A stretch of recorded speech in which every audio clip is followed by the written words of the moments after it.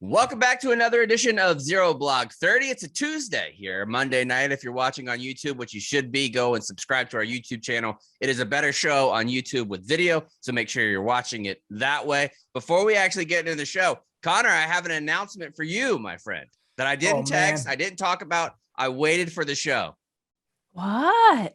For the first time, I think, in probably 8 or 9 years, I went to the mall to shop for myself.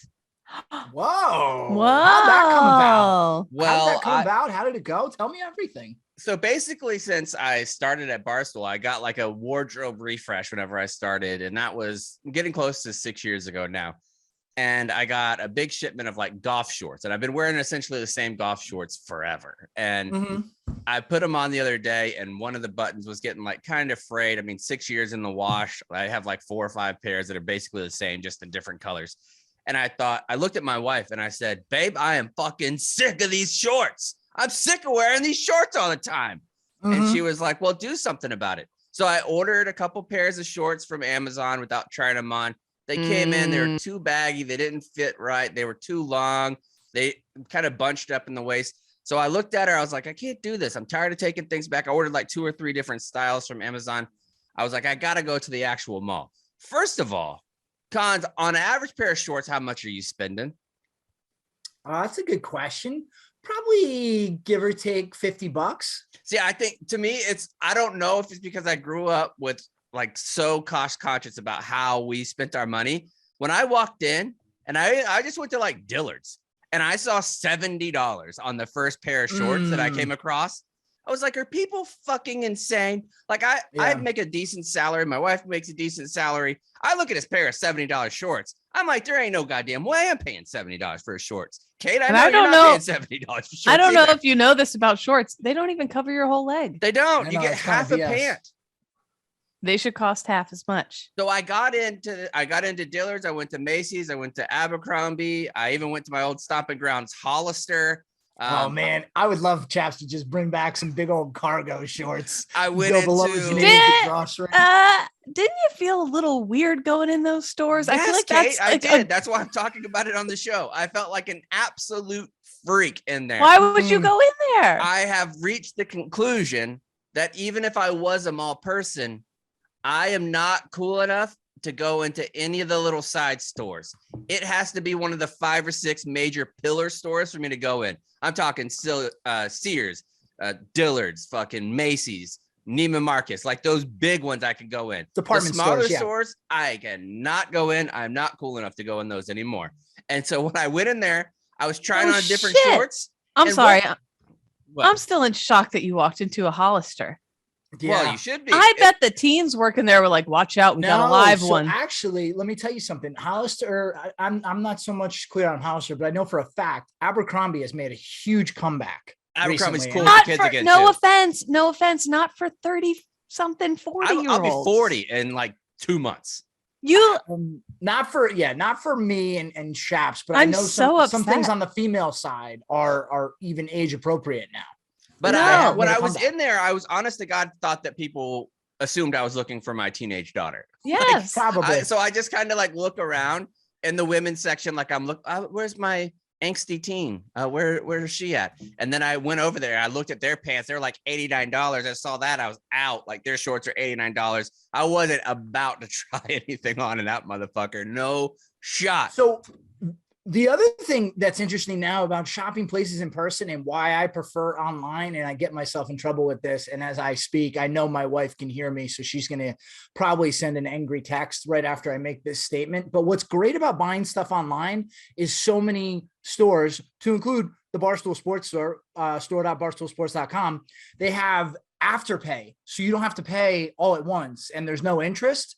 So it doesn't like ding your credit card as poorly that, you know, when you have to like overhaul your wardrobe, like you're looking to do a little bit, and, you know, you have to spend a few $100s, well, versus a few $100s at once, you spread that out over 4 to 6 payments. This is the least for people's officer budget advice I've ever heard you give. This is horrific.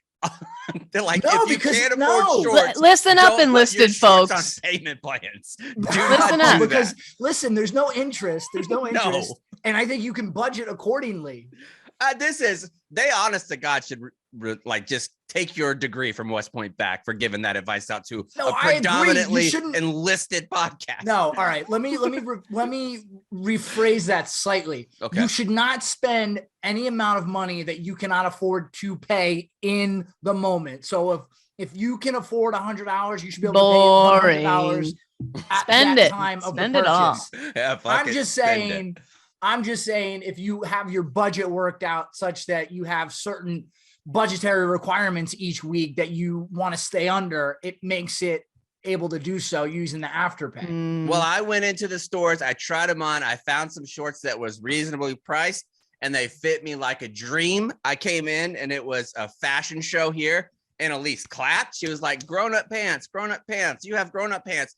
And I don't know if you guys noticed or not, I actually put some product in my beard. I was going to say you're looking a little more put together, a little more confident today. So there's something too. Less frayed. Yeah. Yes, less frayed. Second thing for cons, there's two. I wanted to get a live reaction cons. Go to Google right now and put in the phrase belt bro. And I want to get your thoughts on this device called the belt bro. So I saw this on TikTok when it was coming about and I laughed my ass off to myself thinking about Connor's reaction if he saw me wearing a belt bro out in public. Is your belt uncomfortable? Keep reading it aloud. This is an out loud podcast. Yeah, sorry. I see this video of these people adjusting from sitting and driving, and it appears you can loosen your belt. So what it is, I don't know if you're seeing the right thing.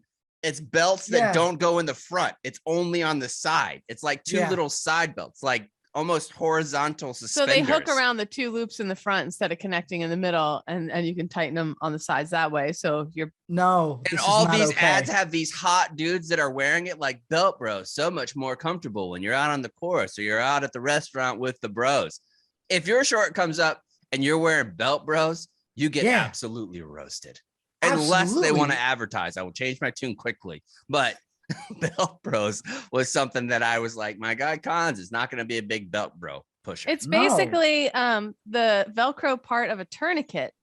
Yeah. That you tighten around two loops to really pull it back. This is like some janky survivor mode. This is all I have, and I have to keep my pants up type operation. This is not okay. That being said, I ordered 2 pairs. We have 5 rounds in the magazine today. Round number 1. Would you spend $12,000 for a 75-hour military role-playing camp that was supposed to make you a real man? Deep dive into the world of military culture and the self-help realm, which is all over the place. Round number 2, we have some radioactive Russians. What will happen to the soldiers who spent a month sleeping and digging in Chernobyl's radioactive forest? I would say babies are not in their immediate future. Round number 3, the wife of a sailor who has been wrong has taken to the FBI or to Facebook to spill the tea and hop right over the chain of command on some simple tags. And round 4, the Taliban in Afghanistan don't have to deal with U.S. troops anymore, but they're against a ruthless, formidable foe who it seems will be a much bigger problem than we ever thought they would be. And round number 5, we all know the VA hold music by now, but do you know the origin story? Kate found it out. A couple weeks ago, we were all talking on group text, and I said, I can't believe that the Fort Sam Houston here has their hold music, God Save the Queen. Turns out God Bless America is the same tune. So, God Bless America. Yes. Same tune. Because I imagine though, I was sitting there, I was like, God save our glorious king. This is not it. This is not what we do here. A bunch of traitors. Unbelievable. And all of that is going to be brought to you by our good friends at WhistlePig. If you haven't given WhistlePig a try yet, you absolutely should. It's summer season coming around the corner. Stu Finer's pool's at 88. Mine's at 78. But the piggyback barrel-aged craft cocktail should be at a crisp 35 degrees in your cup, wherever you are. There's nothing like this out there. It's refreshing, bold, balanced. It's WhistlePig's take on a more flavorful seltzer. It's made with 100% estate-grown rye. It's 8% alcohol by volume, and it is fruit and the barrel aged in the whiskey barrels that give it those whiskey notes. You could try the different flavors such as fresh ginger lime, blackberry lemon fizz, and citrus mint. By using the code ZBT22, you're going to receive 10% off your order at cans.whistlepig.com. All right, Kate, I'm excited about this one because there's not often late at night before we have a recording day the next day that you're like, I'm super pumped about this rabbit hole that I went down. You actually told me about this on Thursday of last week. So it's something that you've been working on a bit. I'm excited. What do we got here? So this was on the sheet for last, and then it got pushed. So I've had more time to spiral deep into it. And you're great at that. It all came about, I'll get to it in a second, but this all came about because I've been watching the latest season of Real Housewives of New Jersey. Oh yeah. And in it, are you guys both watching this season? I'm caught up. Yeah. I'm not watching it, but I'm familiar with Joe and the squad.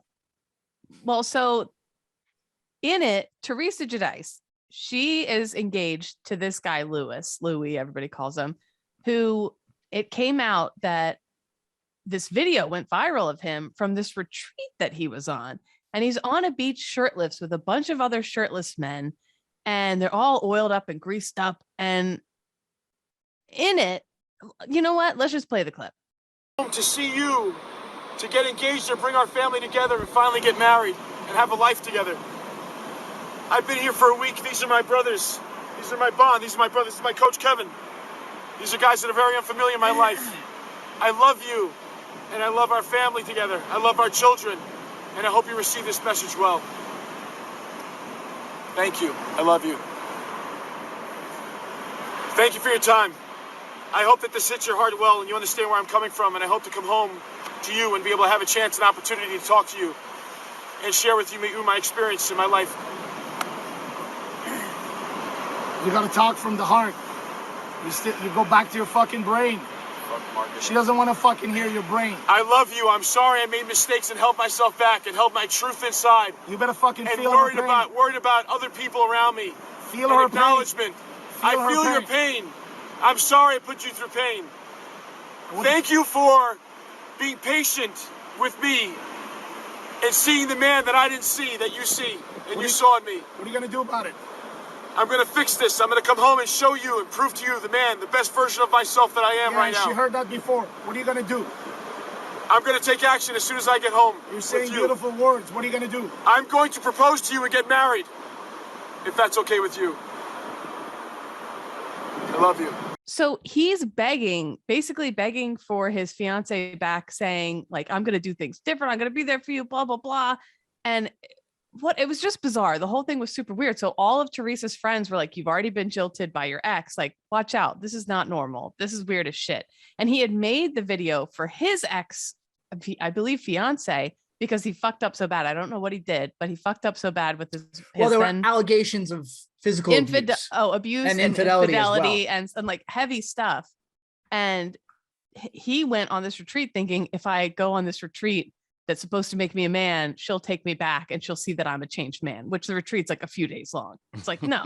So she ended up not taking him back, of course. And all of Teresa's friends were like, yeah, honey, this ain't it. But she got very defensive. She said, don't bust my love bubble. But it kind of took me down. I was like, what is that? I watched the video. I was so weirded out by it. And this sent me down a spiral of these warrior camps. And a lot of times they're not even run by veterans. They have military veterans working there. Like one I'll talk about has a couple Navy SEALs, it's the coaches, whatever. But basically it's like, LARPing, live action role play. It's like military LARPing for men who want to be Dan Bilzerian, if that makes any sense. Okay. And the actually amount of money, very perfect description. The amount of money. So first, let me ask you guys, what does it mean to you to be a man? Like, what to you is being a man? Great question. Thank you for asking. Yes. I think it's being able to open a jar of pickles without any assistance. Okay. That's a good one. Yeah. I don't know. I feel like that has changed over time, like what it means to be. Like me, it means to be the best version of myself and be who I need to be for my family, like in a serious thing. But yeah, I think reaching to, no offense to Nick, but reaching stuff at like the top of the refrigerator or something like that definitely qualifies.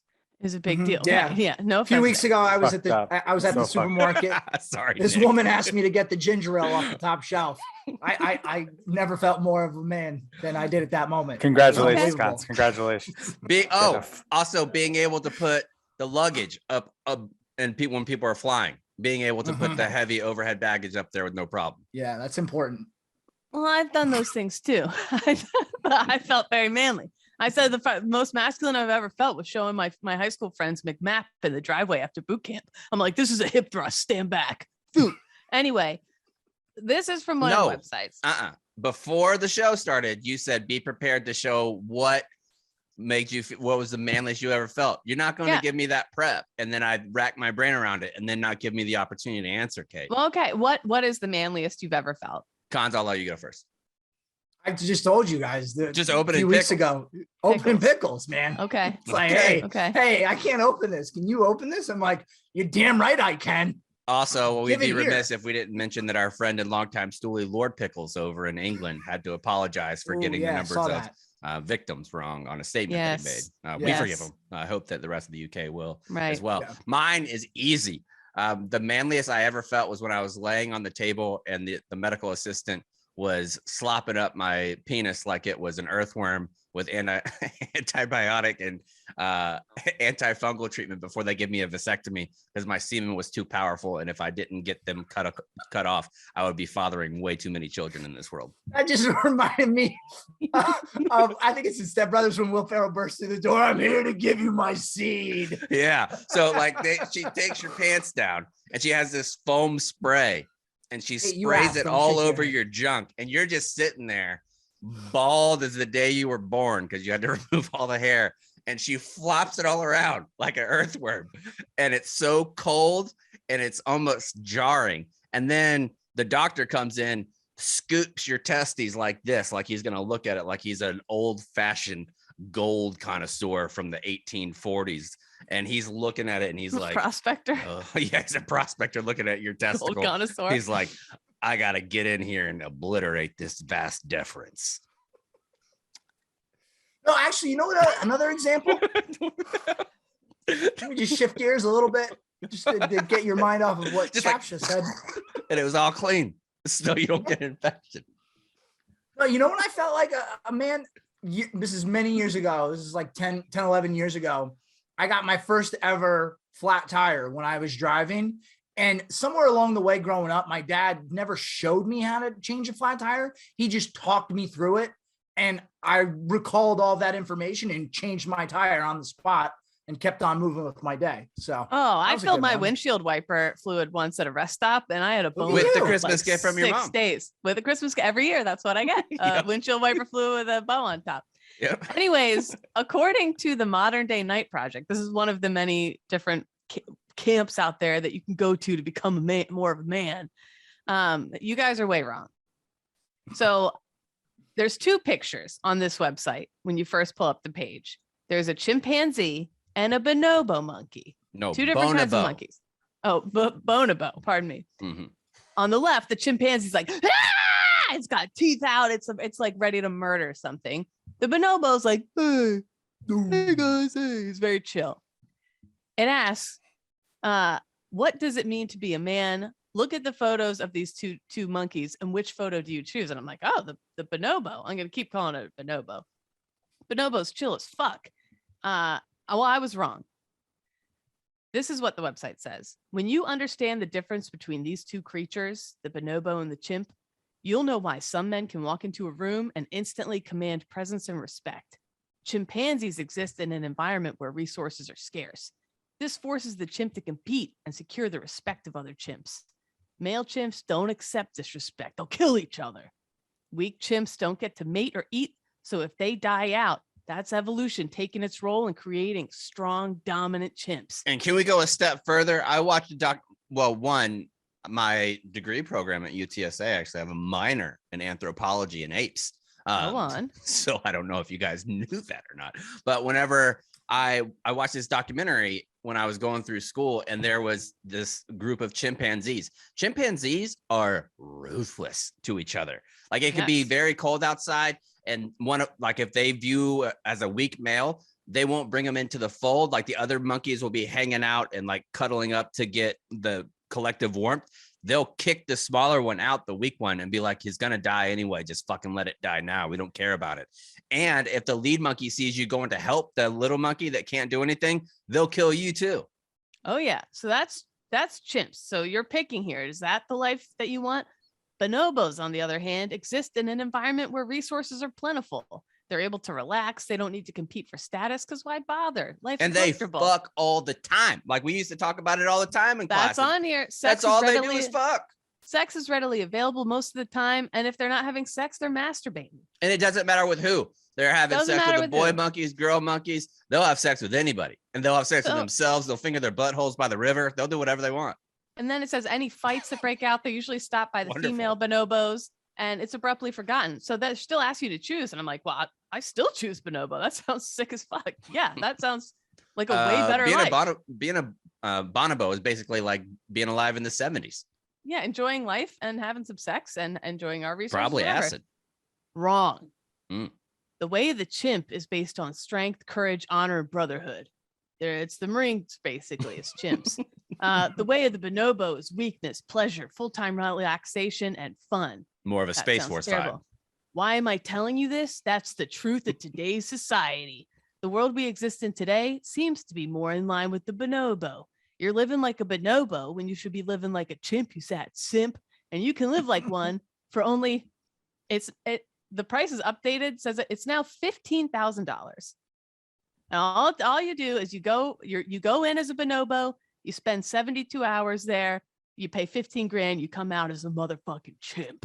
See, I feel like they should have gone bonobo, silverback gorilla. Because even like if you come out like, oh, I'm going to this camp, I'm paying 15 grand to be a chimpanzee. People are like, what the fuck? But you go in there like, I'm coming out as silverback gorilla. People are like, oh, damn. So much more because defined. People forget it's the chimpanzee in that viral video fucking the frog mouth. They do forget that. They do. Right. And it's really forgotten about. Seared Isn't it also a chimpanzee? No, it's not a chimpanzee. Another young Earth ape that's doing it. He's grabbing a pigeon by the head and smashing it against the pole. Yeah. And at the end of this camp, they actually all have to fuck a frog mouth. It's terrible. No, they don't. But so that's a quick summary. That's like one of this website for the Modern Day Night program is like 30,000 words long. It just goes and goes. And it's like endless stuff like that. You can't stop reading it in a voice like this. But it looks like this is the next camp that Liver King is going to start up. And so I had done all this research. It was a mess. I was Charlie Kelly at the corkboard trying to put this all together when I came across an article from Vice by Brendan Burrs that did a way better job than me. It was essentially everything I wanted to say, but it made sense. So this is from his article to give you an idea of what these camps are like. If you click the link in Bedros Carulian's email, it brings you to a sales page for a program in Chino Hills, California called the Modern Day Night Project. On the site, a sizzle reel plays with Carulian, probably butchering his last name, who has a double barrel shotgun for a chest and a face that folds and scrunches like a bulldog, speaking in front of the classroom. The project is a 75-hour experience that's for men just like you. You know what you're meant for more. The project is a grueling healing process. It's like administering chemo to the cancerous area of a body. I've watched the video. He brings up that this program is like chemo attacking cancer like 6 different times in the video. He's really obsessed with that.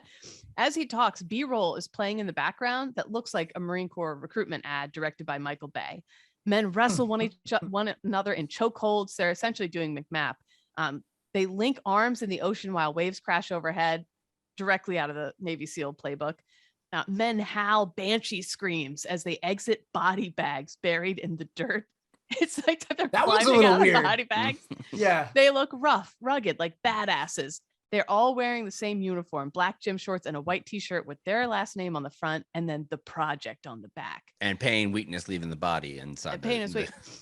There's so many buzzwords. There's so much shit. And it's absolutely insane. And I'm going to circle back to it in a second, but it is sold out all the way through the fall. All the other programs like this that I checked out, and they're all over like 10 grand. It's insane. They're thriving.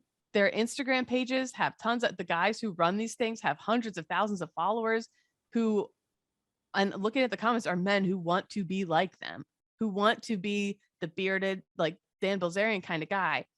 And so I was wondering, like, you guys would obviously never do something like that, but can you see, like, I can see somebody who is unhappy with their life, who feels stuck in a rut, their marriage isn't going well, they're at some cubicle in Ohio somewhere and they feel like they're at a dead end, but they feel like they could be more, and they see an ad or something for this.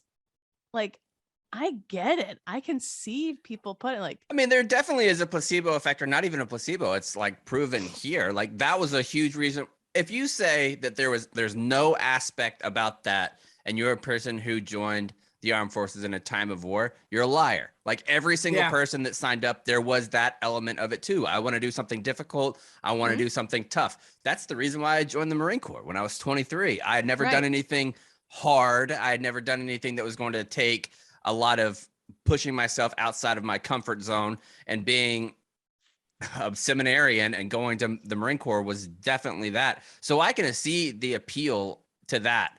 I don't know if I would ever be able to get over my mind, this is for nothing. I feel like whenever you're going to boot camp, it's a job, and you look at it as protecting your country and doing what your country is asking you to do.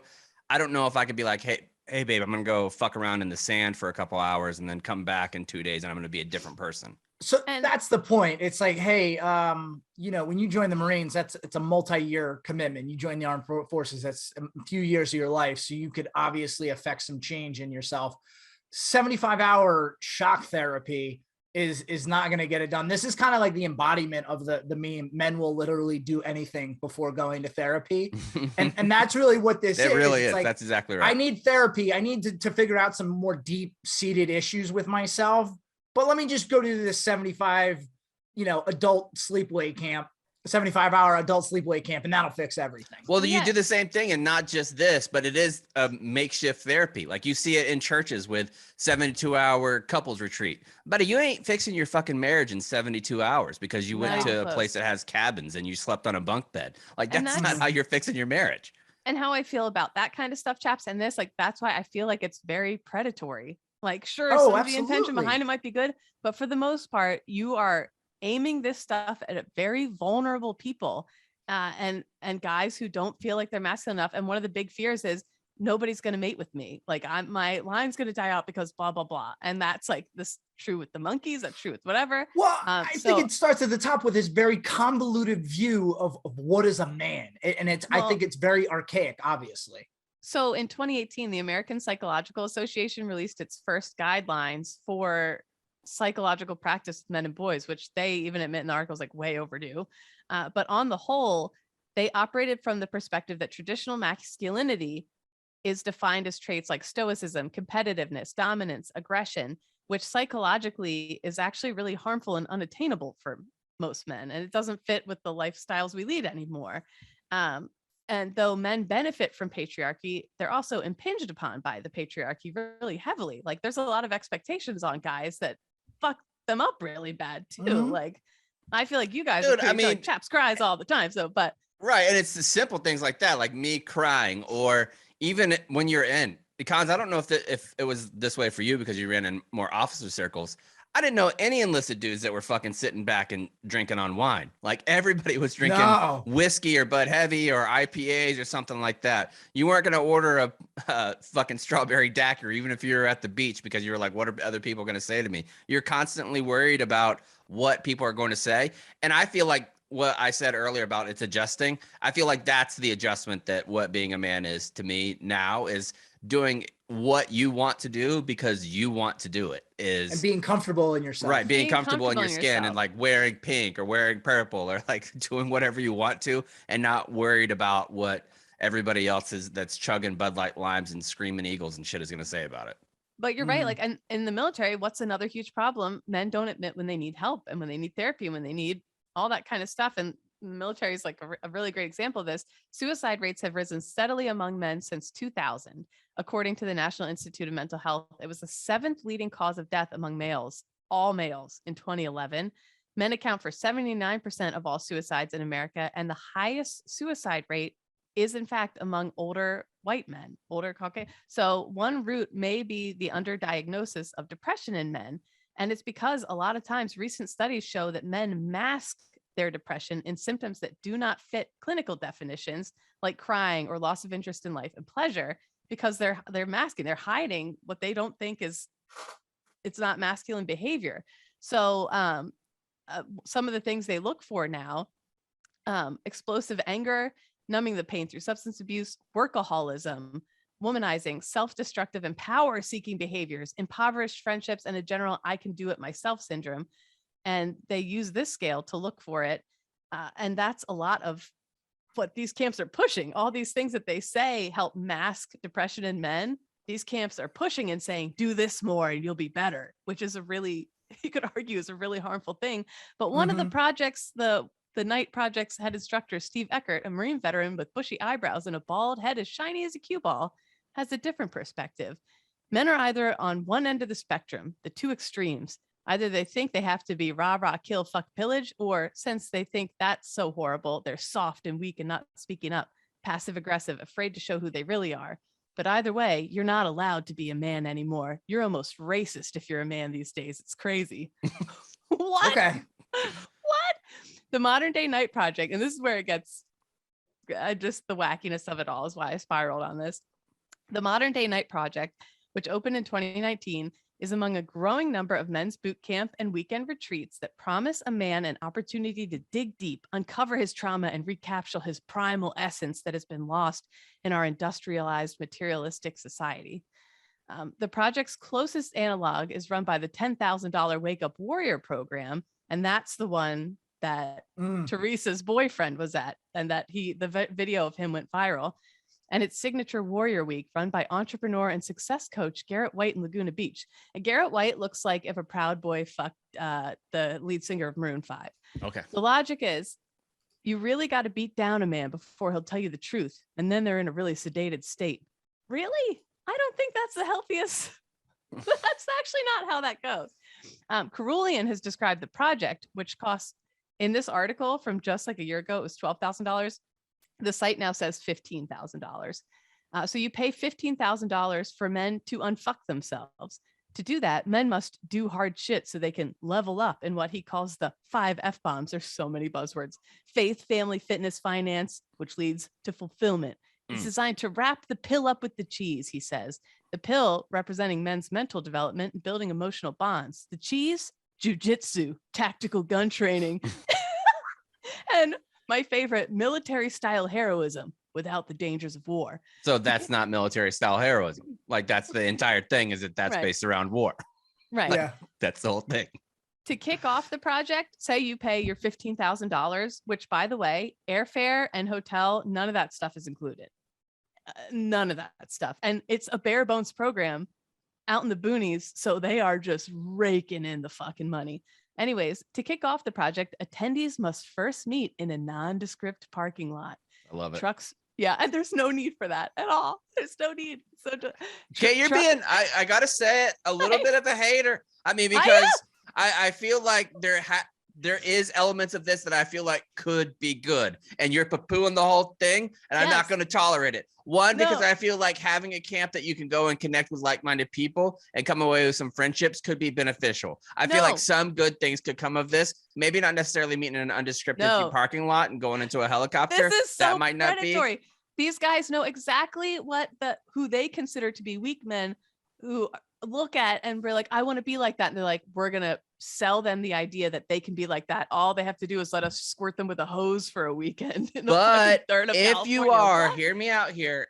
If you are, let's say you're scrolling Instagram.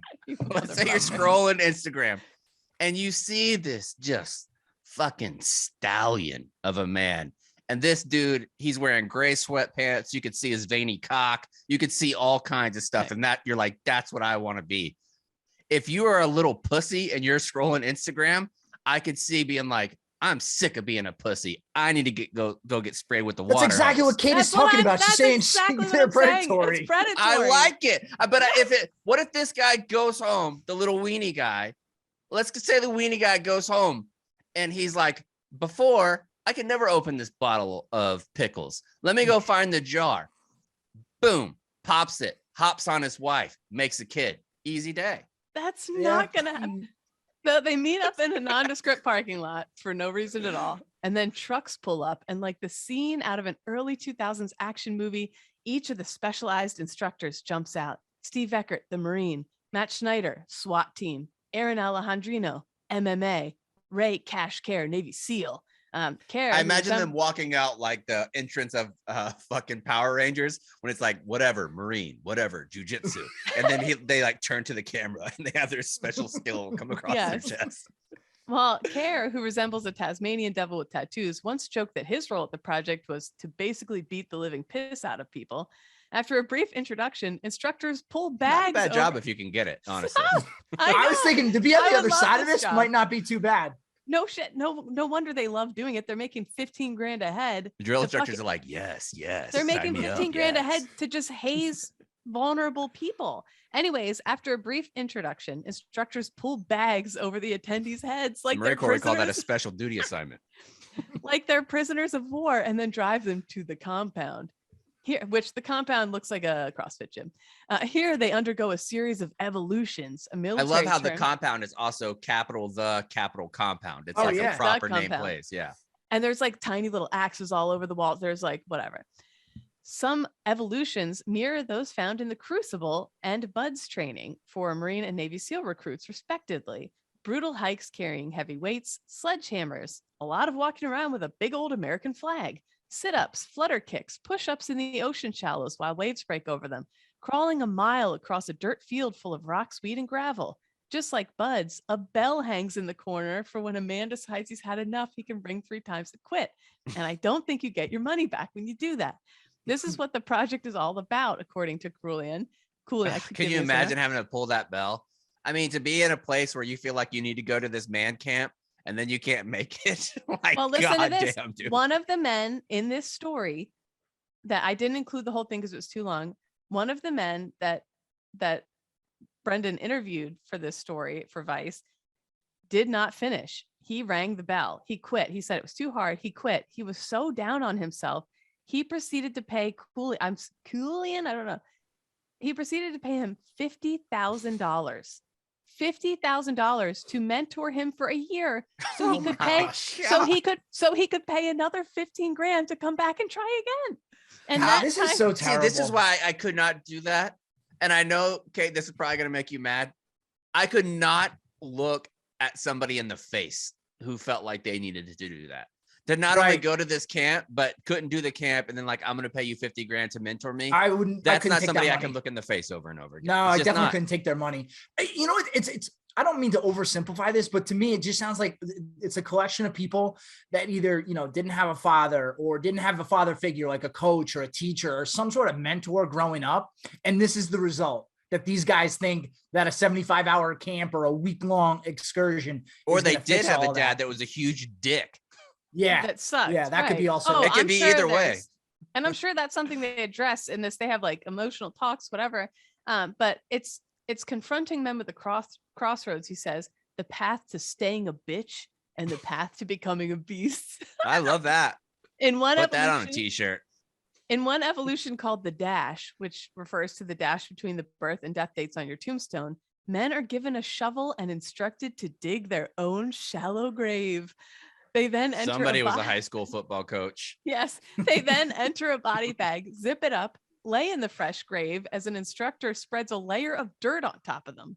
While underground, each man is tasked with burying their inner bitch so their inner beast may rise again. I want to work here. And that's after they fill their pockets with sunflower seeds. Yes, exactly. Afterwards, men write a eulogy, not for their life as it is now, but for the life they envision for themselves when their inner beast is awakened. Do you have to bury your inner bitch sometimes, right? Says project graduate Ryan Dean, a Marine veteran and entrepreneur. Maybe not the most choice words in some cases, but I like it. Keith Schmidt adds that you never really kill that voice in your head. There's always the spawn of the inner bitch, he says, chuckling with a note of melancholy in his laugh. Like, oh my God. This is so not healthy. It goes on to talk about, I've already talked about this, the guy who didn't make it and then paid 50 grand to be mentored for a year before he went back again. On Instagram, as proof of belonging to this tribe, the guy still likes to post photos of his experiences. A lot of the guys who I went down, I was clicking, buddy. I was clicking this name, led to that name, led to this name, led to that name, led to this name. And it's like, I would never want anyone to know if I did something like that. Like, they're super proud, apparently. They're posting photos of them getting like going through the shovel in the dirt. They're like, I'm a man now. Oh yeah, because then they'll have, I assume that this type of program would have follow-ons. Like if you made it and you complete it, you get the opportunity to go to another one and another one and another one. Oh, and so, yes. And then it leads to all sorts of other things that you pay for. So here's another one. There's also, I looked up the Man of War Crucible is another man camp.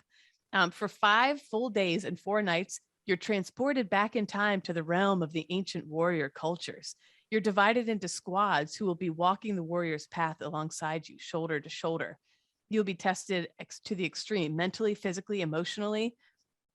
Upon graduation, you enter the Men of War Society as a made man and a man of war, even though you haven't been to war. That's okay.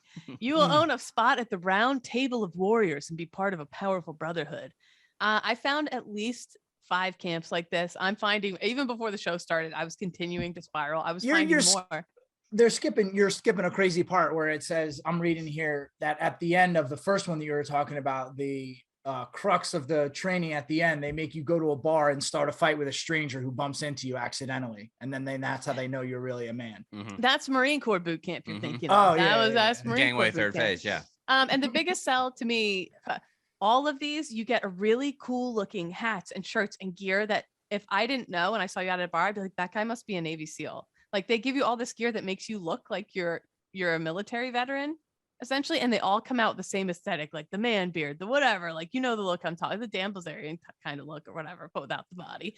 I feel bad for all of these guys because in addition to all the things I had already said about lacking, they seemingly just lack a friend group, basically. Well, you don't need to have experienced war or the military or, you know, played a sport throughout your life or anything. Like, you just need friends. And I think you would get all of this. And that was another part of this is that I didn't include. There's a lot of studies out there showing that male Americans are, almost all of us are, men and women, but especially men in our age group, are incredibly lonely, with 1 in 5 American men saying they couldn't name one close friend they had anymore.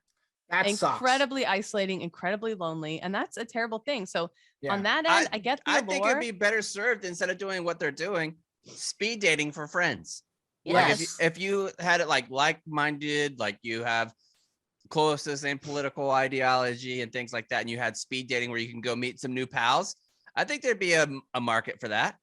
And I think part of the selling, that the way they sell this is, well, after this, because, you know, when you suffer together, you do feel a bond of being closer to other people. So the thing is, you'll have this built-in friend group after you go through this. But sure, you could do that all sorts of other ways. You don't have to pay $15,000. You don't have to get waterboarded to have friends. For some guy to waterboard you. Fuck, dude, go to fucking join a soccer league, man. I don't know. Yeah. Anyways, join a gym. There's a lot of options here before you a CrossFit shell out class this money. is the same thing, and it's you'll get in shape. And that's how they sell it. Like, how much does the project cost? $15,000. However, it's not just for the 75-hour experience, but for the lifetime of access into the Project Brotherhood community. So that's what they're selling. You're paying for friends. Grand. You're paying for friends who. This is a grown-up sorority and fraternity. The cost of not experiencing the project will be not becoming the leader, husband, and father you're meant to be, which is way more expensive in the long run. It's a no-brainer at that point. Yeah, again. Yeah, I mean, that seems cheap in the long run if that's what it ultimately will give me. Imagine standing there like the dude in Saving Private Ryan at your own gravestone, and you're like, I wish I would have went to that fucking camp. I know. And so I'll start winding this down. The night project or whatever it is, they have a project now for kids where the dad brings their son, and it's essentially the same shit. There's videos all over their Instagram where they have these kids who are like, they look like they're like 9, 10, 11 years old in bathtubs of ice, looking terrified and in pain. And they're like screaming out, and they're like, if my dad can do it, I could do it. If my dad could do it, I could do it. And they have video cameras in their faces. And I mean, their social media team are swarming, zooming in on these kids' faces as they're clearly like, whatever. And this is what these little boys think like becoming a man is. I was genuinely like, I was so upset watching it. I was like, oh no. And all the comments were like, yes, this is what America needs, blah, blah. It's like, now, no. I think if you did this camp and you did it normal, it would be very fun. Like my kid, McCartney, would love to go do a camp that was going out to the woods, doing aggressive things like light military courses. stuff. Yeah, but that's Time like and the Boy shit. Scouts and Girl Scouts. Like you don't have to do it to this level of getting in. Would you as a make them dad- submerge up to here in a bathtub Right, full of ice as a- and sit there with your what? as a father, like looking at my kids, them being in pain at all, like voluntarily put them through pain is not something that I would ever do. Like if they want to do something that's going to cause them pain, I'm okay with it because there has to be risk involved in life. Like going down in a big hill in a neighborhood on a fast scooter. Like there is inherent risk in having fun, and I'm fine with that risk. But putting them in there for nothing, for my mentals and chickens, no thanks. Well, I have seen how lucrative it is, even though I'm pretty against it. And I've decided that we're going to start our own Zero Block With 30. improvements, right? I support that. Yeah. Zero Block 30 man camp. First, you have to speed walk for 20 miles in an old Marine Corps Alphas uniform. We don't run, so there's no running at this camp. Then you have to rub bananas in your eyes. Banana. Then you have to lay in a body bag with Captain Cons and listen to a West Point football game on a little radio together after he's eaten a whole tub of tuna and peanut butter. Oh, that's spooky. You have to watch my birth video in slow motion. Jesus Christ. You have to tread in the ocean as we pelt you with hot dogs from a boat because I really enjoyed that at Gatorland in Florida. And the last thing, it just says diarrhea. Yeah, if you can't squirt the back of a toilet bowl, don't even come. Listen, and don't think of this 40K as just you're throwing away 40K. It's an investment in yourself. It's an investment, and the we'll have better. The podcast will be better to help you.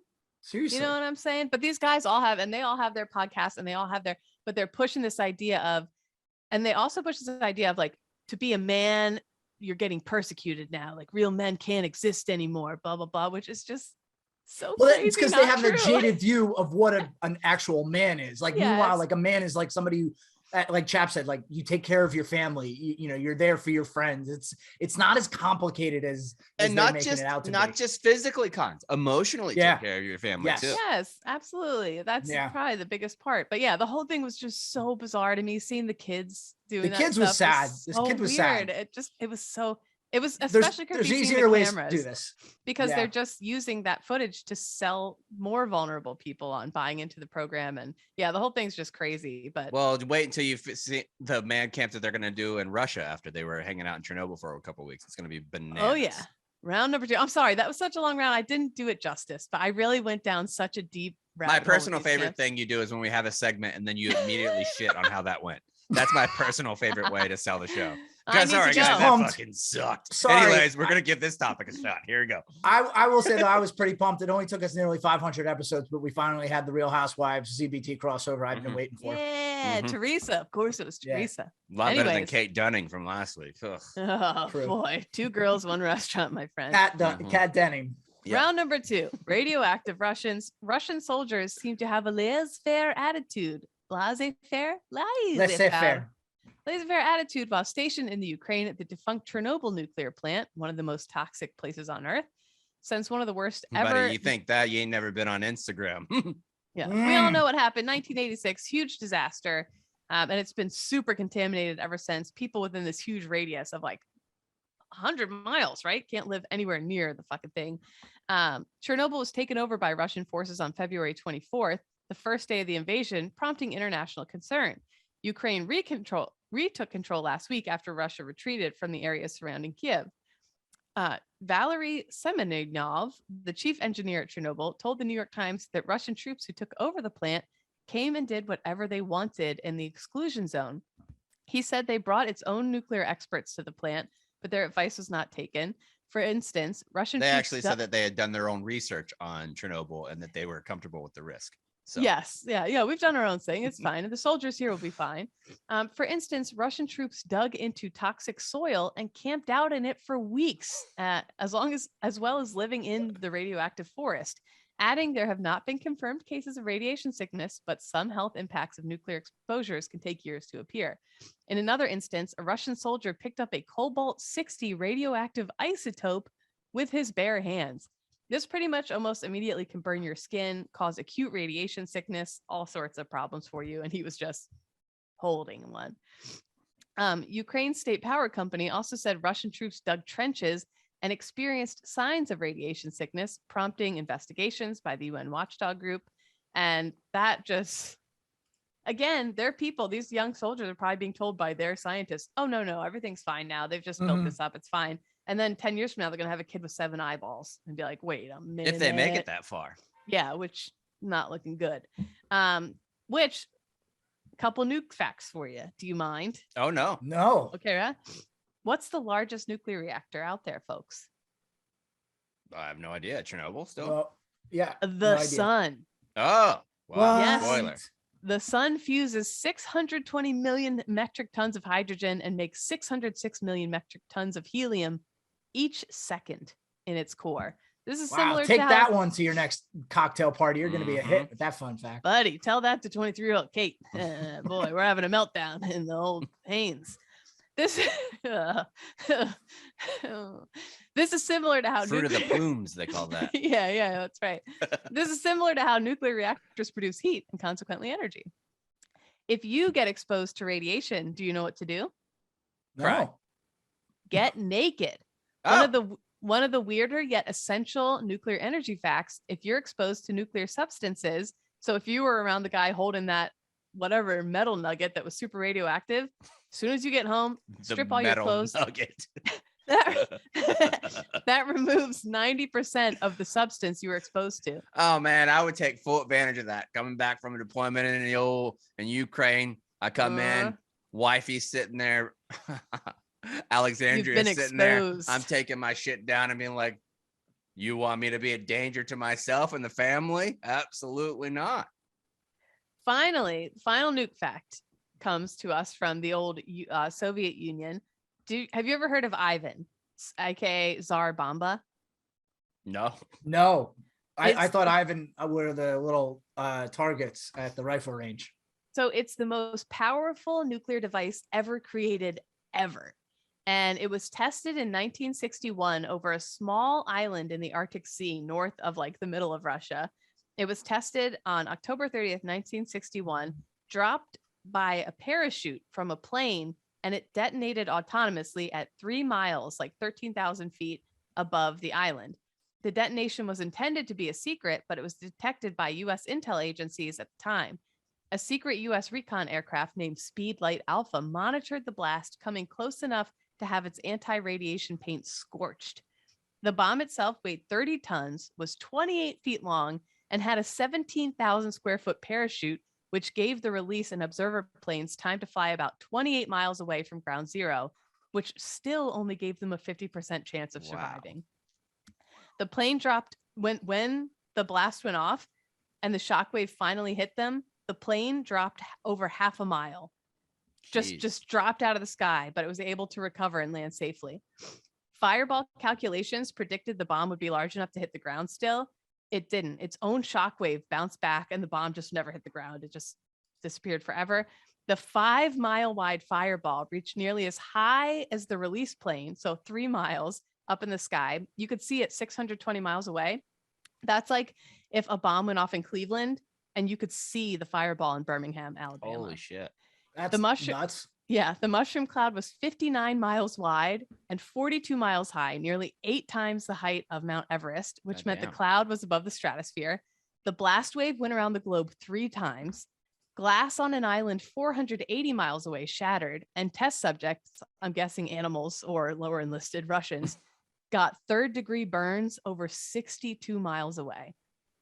So it's the single most physically powerful device ever deployed on planet Earth, and the most powerful nuclear bomb tested, and the largest man-made explosion ever in history. See, how the fuck could they not know that that was going to be picked up by U.S. intelligence agencies? Like, they don't care that it is. No, that's the thing. They knew, and they wanted us to know because it was the Cold War, and the bomb was intended exclusively to fuck with us mentally. That was the whole point of the entire thing, was to be like, look what the fuck we can do. Oh, it definitely did. Like it for real. Oh, yeah.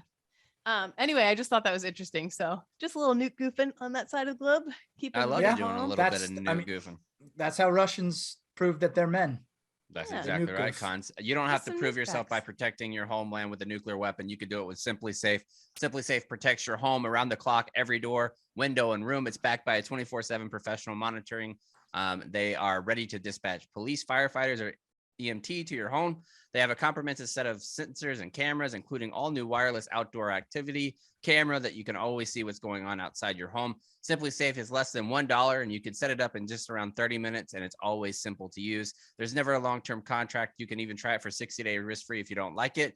If you don't, you're going to send it back for free charge. Simply Safe protects over 1 million homes in the United States alone, including mine. And you can customize the perfect system for your house in just a few minutes at simplysafe.com/CBT. Go today and claim a free indoor security camera plus 20% off with interactive monitoring. Go to simplysafe.com/ZBT. Let's move on to round number 3. This one is a little bit of scuttlebutt. I will say before, we cannot verify that all of this is true, right? But it is scuttlebutt, and we love a good juicy rumor. Yes, I was scrolling Facebook and I saw Doctrine Man, a popular military person on social media. He reposted someone else's post, and he said, if you thought Red Hill was an avoidable fiasco, then you're going to love this.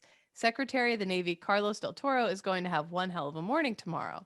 And what does anyone know what the Red Hill fiasco is? I should have looked it up before. I think that's what's happening in Hawaii with their fuel plants. Oh, okay.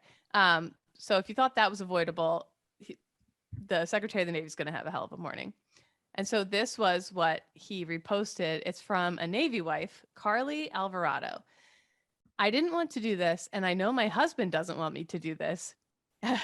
As a husband, that's always a good start. I want to start. read like, oh, what? Especially about something like this, man. Like I understand what she's doing, and you'll see when we get into it. But I could see the husband being legitimately furious too. Yeah. I didn't want to do this, and I know my husband doesn't want me to do this, but at what point is Navy leadership held accountable for their misconduct? I've seen things ignored and swept under the rug for too long. I will try to explain without writing a book. Over the last few months, my husband has exhausted all resources regarding his mental health to no avail. He has made it clear that he and others aboard the USS Farragut are not safe given his current mental state. On February 9th, he was drug tested on probable cause after an ER visit. Fast forward to March 22nd, he was sent up the captain's mast within the same day. They told him he had failed his drug test. The CO threw the book at him. 45 days restriction and EMI, half month's pay times 2, reduction in rank to the next inferior pay grade, and pending admin SEP. I got in contact with the legal officer on board and requested all evidence used against him so I could begin his appeal process. And I want to point out something too, because I feel like it's very important here. If those pictures are him, he's an officer.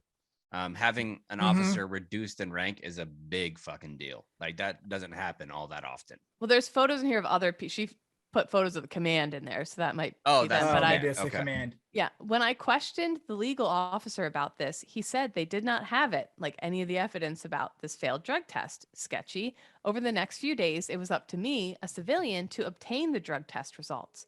On March 25th, it was revealed that he had passed his drug test. The CO had no choice but to let him off restriction and drop everything that day, and she attached the proof. How did this go? So it was wrong. They were wrong about his failed drug test, and they gave him all those punishments when he said, I'm having mental health trouble, and that's what it all led to. How did this go all the way to captain's mast without anyone questioning the evidence? How were they allowed to make such an accusation? This was no mistake. It was deliberate. On April 8th, they sent him to captain's mast again, this time accusing him of malingering. They said that he is faking his mental health issues. Wow. The XO basically told him to suck it up. This is the same man that asked him, do you think you're special or something, on a previous occasion? The CO then threw the book at him again. It's obvious at this point they're being vindictive. You have a sailor pleading for help and your response is to punish him? You are restricting him to the one place he is telling you he shouldn't be. I demand the triad to take accountability and do the right thing. I will not let up and will take it as high as need be. And then she wrote, nobody asked me to delete this. I am, and I think this was maybe an after effect when comments started coming in. I am his only voice right now. This is about the well-being of my husband and the father of my kids. And let me be clear, I am by no means embarrassed to share this. I'm furious. This is only one example of mental health being disregarded in the military. And then she included photos of all the people in this chain of command. And then she put a photo of this woman. The last picture is the vile psychiatrist from MRD Mayport who started this domino effect. And then she tagged all of them. And then she included that report where that woman that she's talking about said, oh, this sailor says he's having mental health problems / like, I think he's malingering. And for someone who it sounds like is clearly not faking it, is clearly fucking struggling. If this is accurate, you need to launch a full-blown investigation into this command and see what the hell is going on, that they think it's okay to just fabricate evidence against their own sailors. Because this is not uncommon that leadership has problems with soldiers, sailors, Marines, whatever. And, you know, you can only do so much, but then I think you start to abuse your rank and try to get to the point where you're just getting somebody separated from the military, because separating them is easier than just dealing with them as a person and maybe developing them, because that would take time and effort on the part of your NCOs and your officers. So they just try to separate them. And I just think that's a horrible avenue to take as a leader, to just think like, oh, this guy stinks or he's causing problems, get rid of him, as opposed to let's investigate what is the problem, how can we mentor this person and get them better, versus just kicking them out of the military. And I'm a firm believer that this type of thing is the problem of staff NCO level leadership. Like, it is so predominant that staff NCOs do not advise their junior troops on the right things because they get their fitness reports done by the commanding officers that are ahead of them. They don't look at their chain of responsibility seriously enough. And whenever one of your troops is facing something like this, a lot of times advice that I would hear would be the staff NCO to be like, give a statement, don't go to base legal. They're going to assume that you're legal if you go to base legal. That's the opposite of what you should be doing if you're a staff NCO. You should, if anybody comes up on NJP charges or captain's mass or anything, the very first thing that you need to tell your troop is to go down to base legal, because that's somebody that actually has their best interest. It's not about what your commander thinks or his commander thinks or their commander thinks. It's about the junior troop. Your responsibility, yes, is to the commanding officers, but you have a great responsibility as a staff NCO to be in the chain of responsibility for these junior troops that are going through these types of things. Mm-hmm. Yeah. And I looked like, of course, I went to my clicking around again. I'm clicking around. And to me, this looks like a mom who wants the father of her children to be around and is desperate at this point. And as she said, the thing, pretty reasonable. He's danger to himself and to other people aboard the ship. And I like that she said, I'm not embarrassed to say that he's struggling mentally. I'm embarrassed with how this is how the command is handling it. So I'm interested to see if there's any response coming from that. I brought it up on the show because it's making huge waves on social media right now. It got reshared a ton of times, tons of comments, hundreds and hundreds of comments on Facebook. And so many other people was like, oh, I know how this goes. I sought help for alcoholism.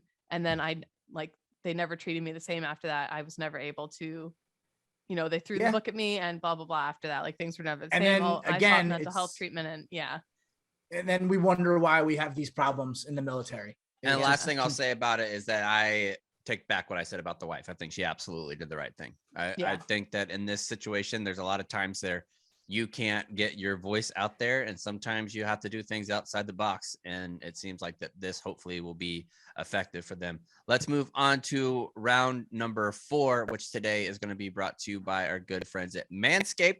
Manscaped is where you need to go to get ready for the beach in the summer if you don't want your pubes swinging in the wind.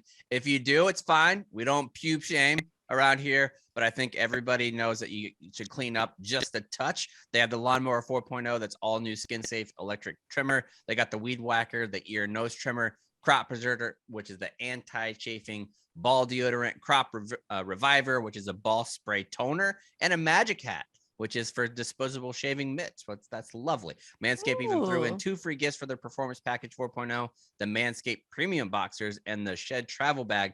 Bring your comfort and boxers to a whole new level. Right now, you can get 20% off and free shipping with the code 0 at Manscaped. That's 20% off plus free shipping with the code 0 at manscaped.com. It's time to get wet and clean with your new Manscaped shower routine. Love that. Let's move on to round number 4. What do we got, Kate? We've got, so I don't know if I'm an idiot, we've been doing this podcast so long. I follow the news, and for some reason I thought like the Taliban and ISIS weren't enemies, right? I thought they were I didn't think they were best buddies, but I thought they were kind of tight. Whoops. We had talked about that. We talked about that they were fighting whenever we're doing the withdrawal. Like that was one of the big elements is that ISIS and the ISIS was fucking shit up. I guess I thought that was kind of a new development. I didn't realize it had been going on like forever, pretty much. I don't know where. Don't listen to me for your international news, I suppose. Anyways, here's some international news. That's another one of those statements I'm not. Earmuffs, everyone. I'm about to. I'm going to skip the whole first part, but since coming to power in Afghanistan 8 months ago, the Taliban have touted their success in repressing the Islamic State group, but the militants have expanded into neighboring Pakistan, stepping up attacks there. Analysts say ISIS has morphed into a borderless terrorist group, one of the deadliest in the region that has spawned many violent radical organizations. They first emerged there in 2014, and by 2019 held significant territory, basically in several provinces across Afghanistan. The U.S. military, that's who we dropped the mother of all bombs on, was ISIS. But ISIS survived, and it presented. This was like news to me for some reason. I don't know. It's okay. You're doing great. I'm dying. This is great. No, that's awesome. So ISIS and Taliban are enemies. They're enemies. Okay, fine. The Taliban is going through now. They're fighting them in October and November. Residents reported like they're hanging ISIS bodies from the trees. And the Taliban is just really struggling to rein in those groups. This whole round is a wash because now that you say it, it does ring a bell that they've been beefing for quite some time. Let's move on to round number 5. That's going to be presented by a good friend at Rocky Boots. Rocky Boots builds boots for the men and women that serve and protect our country. They're designed and built for each one of the U.S. Groups, military groups, and most recently they partnered with the Marine Corps. They're the best boots in the biz. Go to rockyboots.com, enter the promo code ZBT at checkout for 25% off your next pair of boots. Everybody that I've seen that has worn them and bought them with the promo code has liked them. And if you tried to do it last week, I believe the promo code situation is worked out. Because we had several people reaching out and say, hey, the promo code isn't working. It should be working now. If it's not working, hit me up. If it isn't working, then we'll try again. We'll keep going until we get you this fucking discount of 25% off because it's great. Even at full price, they're fantastic, but we promise you 25% off. So that's exactly what you're going to get on your next boots if you go to rockyboots.com and enter the promo code ZBT. Let's move on to round number 5 and talk about some VA hold music. What do we got, Kate?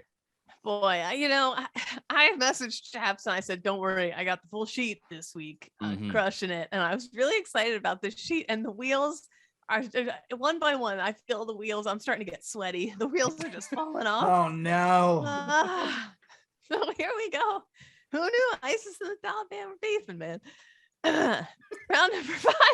I think people that listen to the show, maybe the people that listen to a military podcast are going to be surprised to know, because Kate usually has a very silly personality, that typically when it's a much more serious sheet, it's not me that does it. That's usually a case. I'm a huge if I do it, it's like, let's talk about a turtle that fell out of the sky and hit somebody and how that could possibly relate to a military. Kate's like, let's talk about the fucking Taliban and how they're killing everybody in ISIS and how our 2 enemies are actually enemies. And what does that mean? By the way, girls have been kicked out of school for 200 days now there, just so you know. Oh, now you make me feel bad. Well, yeah, seriously. that was a good approach. That was a good retort. Kate. Take me off, man. Take me off the old ledge. Let's this hold music. What's the deal with it? You want me to put you What's on the hold? deal with hold music? Okay, so I saw this TikTok the other day. It was a veteran dancing to the hold music, the VA hold music, while they waited and waited and waited and waited and waited. And you know the song. And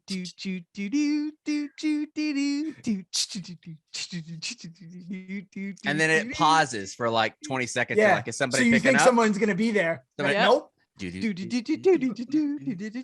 Everybody knows that, but if you've ever called the VA, you know that song and you've listened to it forever. You know what triggers me about the VA too is that you'll call and they pick up your number, like from if you have your number saved in the VA system, and it'll open up and they'll be like, Staff Sergeant Cothran, how are you? And they'll use your rank and they're like, we want to make sure that we have the right contact for you. It's like, you just said my name, said hello because I'm using this contact. Did you think I got rid of the number and gave my phone to another veteran? It was like, this is your phone now. So whenever you call the VA, make sure you update it and it's you. It's actually us you, Ricky. veterans, we're a squirrely bunch. I don't blame them. We're doing all kinds of weird shit, you know. They called me today and I didn't answer it because it feels good to give them the one for, you know. Yeah, get them, Kate. You wait for me to I don't know what the call was about. Now I'm curious. So I guess I lost on that one. Anyway, a CNN survey found that 70% of callers in the US who hold the line in silence hang up within 60 seconds. But if you got music going, people stay on longer. They stay on longer no matter what. They just want to hear that groovy tune go on and go on for 30 seconds longer at least. Anyways, this piece of music that we were singing there is called Opus Number 1. And it was created by a 16-year-old computer nerd named Tim Carlton. I cannot believe this is around on this show. Honest to God, I just cannot believe that the entirety of the internet was available.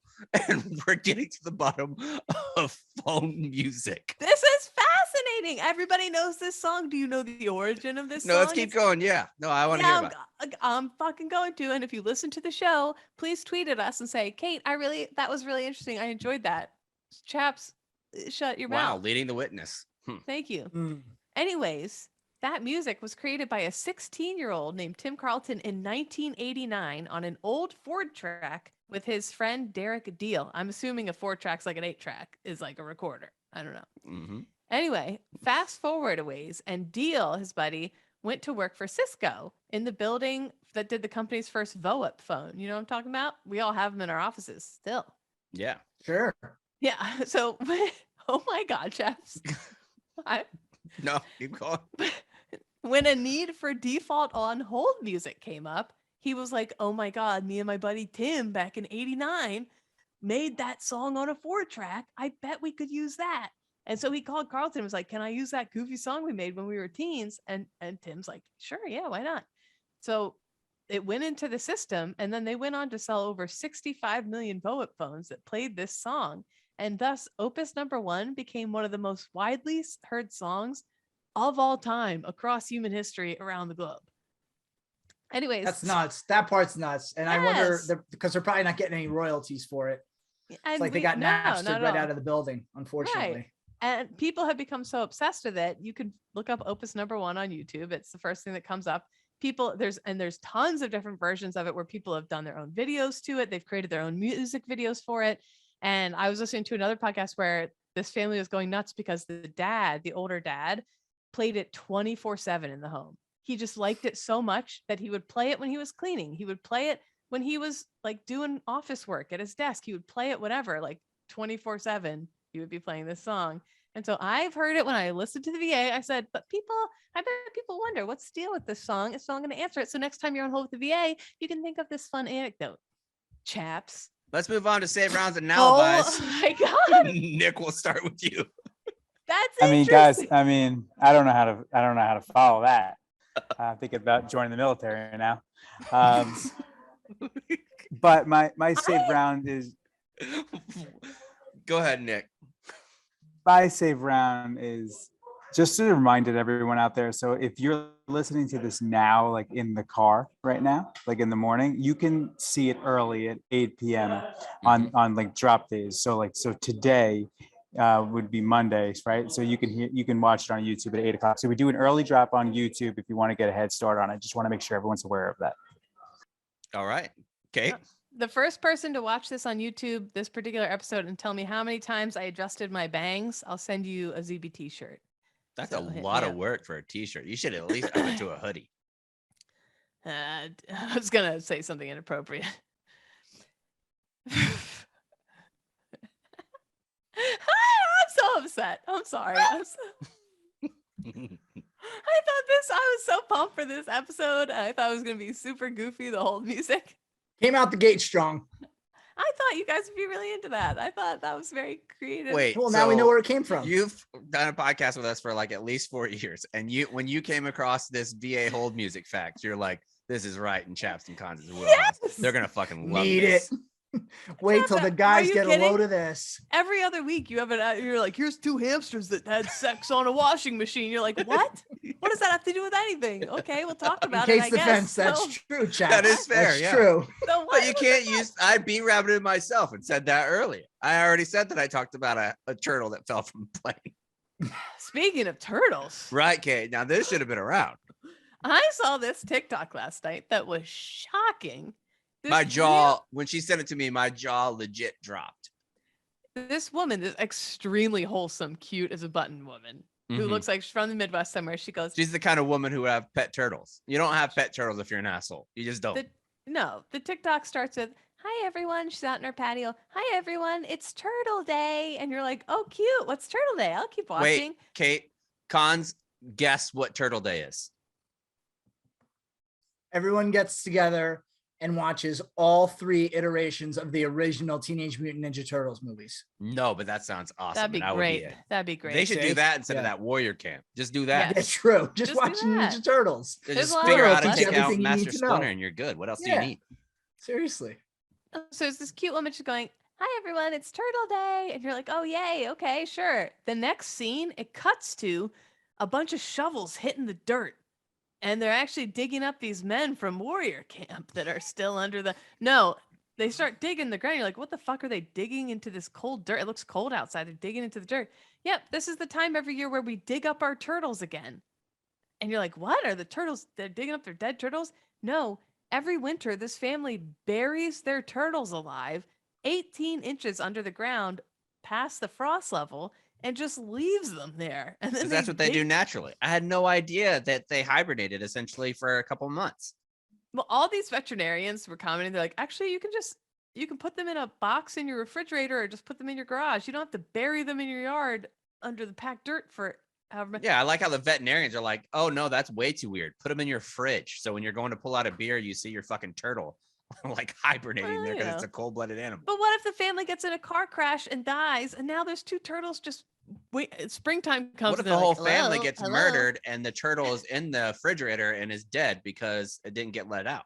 Somebody would have seen a turtle fridge turtle. Nobody's gonna know to dig up the yard looking for a turtle. You don't think they could ever dig themselves out? No, this family had them fucking. They had to. Yeah, they were pretty packed in there. She's like, you have to be real careful when you get their bodies out, otherwise their little legs and heads can snap off. And you're like, what the fuck is that? Anyway, that's Turtle Day. Cons, what do you got? I got a few, Kate.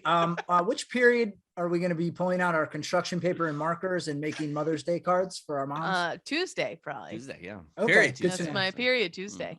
Good to know. Good to know. The video you sent us of the boys in the ice baths with their dads reminded me growing up. I can remember before high school, so like grammar school, whatever, if I rolled an ankle or something playing basketball, my dad would make us sit down in a chair. He'd go out to the garage, get a Home Depot bucket, fill it with water and ice, and, make you put it in to help with the swelling. And it's obviously when you're that young, it's painful, but he would like hold our leg in the bucket of ice to make sure it stayed in. That's a classic Al, though. That's classic Al move. Any like, dad across the country named Al did that. Yeah. He would just say, hey, stop moving. It's fine. It's fine. And then lastly, officer's corner. I was traveling last week. I was flying and I happened to be in a coat and tie. Now, do not get me wrong. I am not suggesting that we should revert back to the 60s when people put on I already suits hate where this is going. But why can't we dress a little bit nicer when we're traveling? Go on. That's all. Like I got moved up to a nicer seat because I was a coat and tie. They had a seat available. I got moved up. Now, again, I'm not going to wear a coat and tie every time I travel, but where do you all stand on not looking like a bag of trash when you're flying? I look like a bag of trash every day of my life, Cons. I'm not going to switch it up because I'm flying Spirit Airlines to Terre Haute. You know what I mean? Yeah. I don't think I do anything. I don't think I dress like a piece of shit. I usually put on golf pants and a t-shirt whenever I fly. You do look kind of, it's like chaps casual, I would say. Yeah, because one, I don't like wearing shorts on a plane. I don't want my legs touching those gross seats that probably have like cum from that one dude who's jerking off 4 times from Seattle to Phoenix. I'm still thinking about that. So I make sure that my legs are covered whenever I'm going on a plane. Yeah, I think it's, you don't have to wear a suit, like I said, but just maybe a little bit more than the pajamas you slept in. Now, the night what if you before. wanted to have a military-based airline like this that we talked about in round 1, where if you fly with us, everybody gets flight suits and you get to sit up against the side of the plane. You have all the cargo in the middle, and you get to take like a military-style plane. Chaps, There is just so much money out there that we're leaving on the table, not giving Mhm. people the military experience. People would 1,000% do that. I promise you, if we somehow got Dave to buy us a C-130. And Kinzinger is about to be done with Congress, so he could be the pilot. Okay, Yes. so we have a military pilot. If we sold, do you want to be more of a man? Fly ZBT Airlines. You get on our C-130, you have to lay on the ground with your butt spread eagle, and we just come through with 150 working dogs barking their dicks off. And we just spray you right in the asshole with a cold hose, but you'll be a man. Yeah. And we charge or $10,000 air. It doesn't have to be ticket. water. We don't want people to get wet up there. Cold air would work. Okay, so we have an air gun, like you'd use to clean your mouse off. and clean your keyboard. Yeah. Yes, that's the stuff. We just are spraying that right into people's but you'll be a man. I promise you, we could sell $10,000 tickets. And also, can we do a package that doesn't include the beehole? Like the beehole is like the next level up. Like that's the VIP package or the VIB package. I truly think we could retire off this idea. Definitely. But people for real would go on a military flight. Yes. They would. 1,000% would. Absolutely. Just so they could tell their pals they flew on a C-130. Yes, 110%. Just like Papa did in the Great War. Exactly. Papa. Just real quick update. When I brought up the prompt about the officer's corner and dressing on flight, my wife texted, "Your questions prompts are so annoying. What does it matter how someone's dressed on a flight? It's like you try to be annoying." I agree with that. But I will say it is nice to have you call Alex your wife on the podcast. It is. I weird. noticed It's that really a little bit weird. too. That. Cute as a button. That is adorable. All right, that's all I got. Mine. Are you guys familiar? I love science. I mean, you guys just fucking know I do. Yeah, science. Especially anatomy. Are you guys familiar with the term vaginal prolapse? Nope. Yes, guy had a baby. Kate, can you explain what vaginal prolapse is? Pretty much all your muscles kind of like.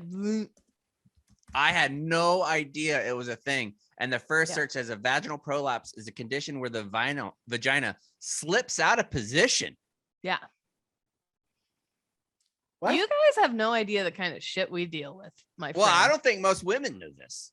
I saw plenty of women in the comments about this thread that I saw. They were like, how can my doula and all these, like the OBGYN, how could they not tell you that this is a risk? Oh, your pelvic floor completely fall. That's why a lot of us, like, I pee every 10 seconds. I thought that would stop after I had the baby. No, I'm like fucked up forever, man. I'll say it. My whole asshole's fucked up forever, pretty much. Yeah. Everybody. The top of the vagina droops into the vaginal canal. That sounds like it's fucking melty butter. It's not. I don't know what that. I mean, not me. Tight as a drum over here, except my asshole. Okay. Down the retreat.